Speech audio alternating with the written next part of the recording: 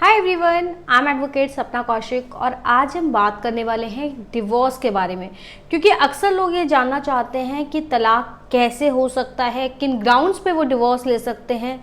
वो डिवोर्स लेना चाहते हैं लेकिन उनका हस्बैंड या वाइफ डिवोर्स देने के लिए रेडी नहीं है, या फिर अगर डिवोर्स लेना है तो कितने टाइम का सेपरेशन ज़रूरी है, क्या ग्राउंड्स होने चाहिए। आज हम इस सब के बारे में डिटेल में बात करने वाले हैं।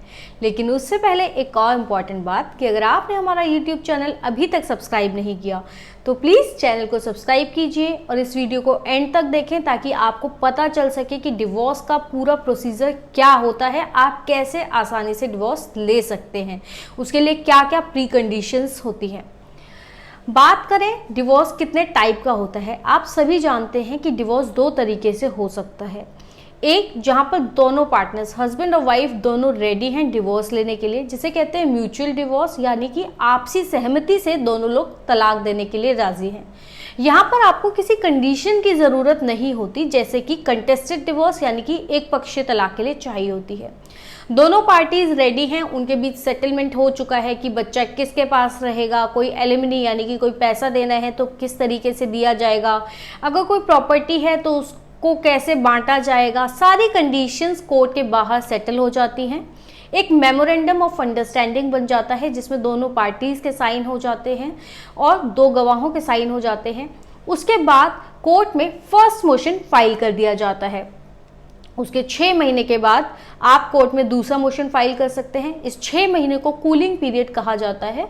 ये 6 महीने इसलिए दिए जाते हैं कि अगर दोनों पार्टीज में से कोई भी अपना मन बदलना चाहता है, डिवोर्स से मना करना चाहता है तो वो कर सकता है, या फिर MOU के अंदर कुछ कंडीशंस डाली गई हैं तो उन कंडीशंस को उन 6 महीने के अंदर पूरा कर लिया जाए। 6 महीने के बाद कोर्ट में आपको फिर जाना होता है, जज के सामने फिर से अपनी स्टेटमेंट रिकॉर्ड करवाई जानी होती है कि आप दोनों आपसी सहमति से तलाक लेना चाहते हैं और आपने सारी चीज़ें करके देख ली हैं, लेकिन आपकी शादी अब नहीं चल सकती और आपको डिवोर्स लेना ही है। 6 महीने के बाद कोर्ट आपको तलाक की डिक्री दे देता है। ये 6 महीने का टाइम पीरियड जो होता है इसको कोर्ट माफ़ भी कर सकता है। इसके लिए कोर्ट में एक एप्लीकेशन मूव करनी होती है जिसे हम कूलिंग पीरियड वेव ऑफ की एप्लीकेशन कहते हैं। इसको कोर्ट माफ़ कर सकती है, लेकिन ये कोर्ट के ऊपर निर्भर करता है, जज के ऊपर डिपेंड करता है कि वो इन 6 महीनों को माफ़ करेंगे या नहीं। तो ये पूरी प्रक्रिया थी आपसी सहमति की, कि आपसी सहमति से अगर तलाक लेना है तो उसका क्या प्रोसीजर होता है। इसके लिए आपको आधार कार्ड चाहिए होता है, आपकी शादी का कार्ड चाहिए होता है, शादी की फ़ोटोग्राफ चाहिए होती है, अगर कोई बच्चा है तो उसका बर्थ सर्टिफिकेट भी लगता है, आपका रेजिडेंस प्रूफ लगता है। आप ये केस तलाक का कहाँ फाइल कर सकते हैं, जहाँ पर शादी हुई है आप वहाँ पर तलाक का केस फाइल कर सकते हैं, या जहाँ पर भी लास्ट रिसाइडेड होता है कपल का, हस्बैंड और वाइफ आखिरी बार साथ जहाँ रहे होते हैं वहाँ पर तलाक का केस फाइल कर सकते हैं, या फिर लड़की जहाँ पर रहती है वहाँ भी तलाक का केस फाइल किया जा सकता है। अक्सर लोगों का सवाल आता है कि अगर लड़का और लड़की अलग हो चुके हैं तो क्या लड़का जहाँ रहता है वहाँ से भी केस फाइल किया जा सकता है? नहीं, सिर्फ लड़की के पास ये राइट है कि जहाँ लड़की रहती है वहाँ से केस फाइल कर सकती है, या फिर आपको बताया कि लास्ट रिसाइडेड या फिर जहाँ शादी हुई थी वहीं पर तलाक का केस फाइल किया जा सकता है। इसके बाद ये था हिंदू मैरिज एक्ट के तहत आपसी सहमति से तलाक का पूरा प्रोसीजर, कि आपको क्या क्या चाहिए, कहाँ केस फाइल कर सकते हैं और किन ग्राउंड्स पे। यहाँ पर आपसी सहमति से जब तलाक होगा तो वहाँ पर कोई ग्राउंड की ज़रूरत नहीं होती, दोनों लोगों ने डिसाइड कर लिया कि साथ नहीं रहना, सारी कोशिशें हो चुकी हैं, मीडिएशन कर चुके हैं आप, लेकिन नहीं हो पा रहा तो कोर्ट के पास जाके स्टेटमेंट देंगे। 6 महीने के अंदर आपका तलाक हो जाता है, 2 मोशंस फाइल करने होते हैं। इसके बाद अगर एक पार्टी रेडी है, हस्बैंड या वाइफ में से सिर्फ एक पार्टी चाहती है कि तलाक हो और दूसरा व्यक्ति रेडी नहीं है, तो आपको हिंदू मैरिज एक्ट 1955 के तहत कुछ ग्राउंड्स चाहिए होते हैं।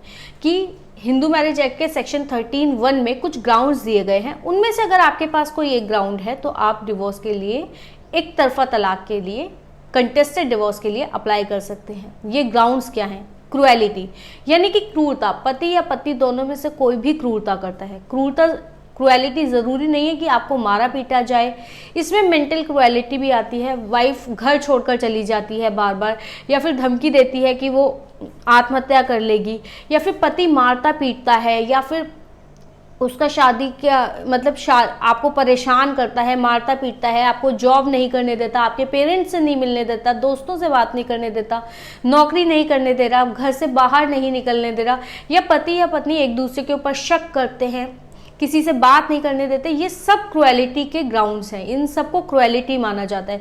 यानी कि सिर्फ फिजिकल क्रुएलिटी की बात नहीं है, मारपीट की बात नहीं है, अगर इमोशनली भी कोई आपको परेशान करता है तो इसे भी क्रुएलिटी माना जाता है और इस ग्राउंड पर भी आप डिवोर्स ले सकते हैं।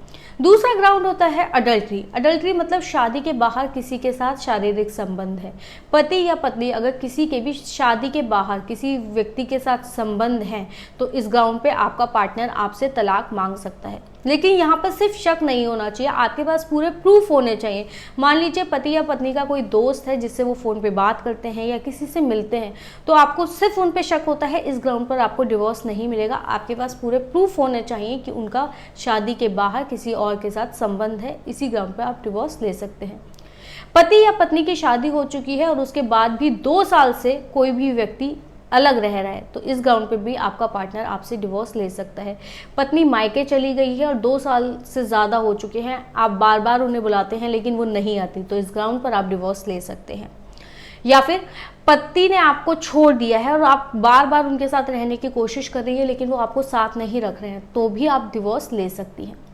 तीसरा होता है कि रिलीजन कन्वर्ट कर लिया। मान लीजिए कोई हिंदू है, उसने कोई दूसरा मुस्लिम, ईसाई या कोई भी दूसरा धर्म अपना लिया है और आप उनके साथ नहीं रहना चाहती, तो आप भी इस ग्राउंड पर डिवोर्स ले सकते हैं। या आपको आपका धर्म परिवर्तन करने के लिए मजबूर कर रहे हैं या खुद अपना धर्म परिवर्तन कर लिया है, तो इस ग्राउंड पर आप डिवोर्स ले सकते हैं।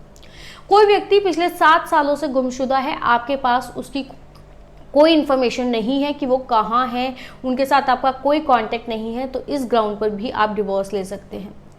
पार्टनर को कोई ऐसी बीमारी हो गई है कि उसके साथ रह पाना अब नामुमकिन सा हो चुका है, उनको कोई मेंटल डिसऑर्डर है या कोई ऐसी बीमारी है जो फैल सकती है, तो इस ग्राउंड पर भी आप डिवोर्स ले सकते हैं। किसी को कोई ऐसी फैलने वाली बीमारी है, कुष्ठ रोग है या कुछ भी ऐसा है, तो इस ग्राउंड पर भी डिवोर्स लिया जा सकता है। तो ये कुछ ग्राउंड्स थे जिनके ऊपर डिवोर्स ले सकते हैं। अक्सर सवाल आता है कि मेरे पति या पत्नी का शादी के बाहर किसी और के साथ अफेयर चल रहा है, तो क्या इस ग्राउंड पर उनको कोई सज़ा हो सकती है? अगर पति या पत्नी का शादी के बाहर कोई अफेयर है, जिसे हम अडल्ट्री कहते हैं, व्यभिचार कहते हैं, अगर ऐसा कुछ है तो इस ग्राउंड पर आप उनसे तलाक ले सकते हैं, लेकिन उनको सज़ा तब तक नहीं होगी जब तक कि उन्होंने बिना तलाक लिए दूसरी शादी नहीं कर ली या वो लिव इन में नहीं रह रहे।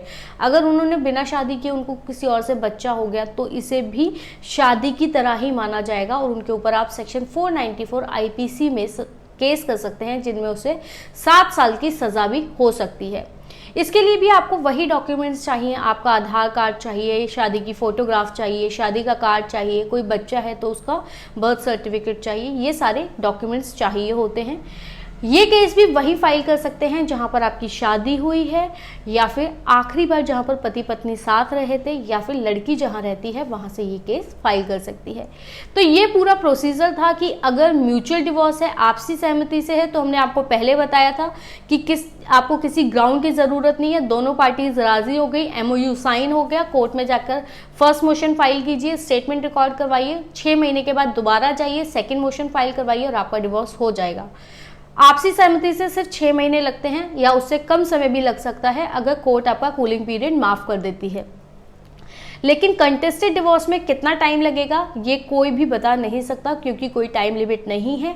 हालांकि इसके लिए क्या क्या ग्राउंड्स हैं वो हमने आपको बता दिए। क्रुएलिटी, डेजर्शन की 2 साल से अलग रह रहे हैं, या फिर शादी के बाहर अफेयर है, कोई मानसिक या कोई शारीरिक ऐसी बीमारी है जिसके वजह से साथ रहना नामुमकिन है, या किसी का 7 साल से पता नहीं है, या धर्म परिवर्तन किसी ने कर लिया है आपके पार्टनर ने और वो आपको मजबूर कर रहे हैं, या फिर धर्म परिवर्तन करने पर भी आप कोर्ट में एक तरफा तलाक के लिए याचिका लगा सकते हैं। तो ये था पूरा प्रोसीजर। आपको ये वीडियो कैसी लगी और आप किन और मुद्दों पर वीडियोस चाहते हैं प्लीज़ कमेंट सेक्शन में बताइए।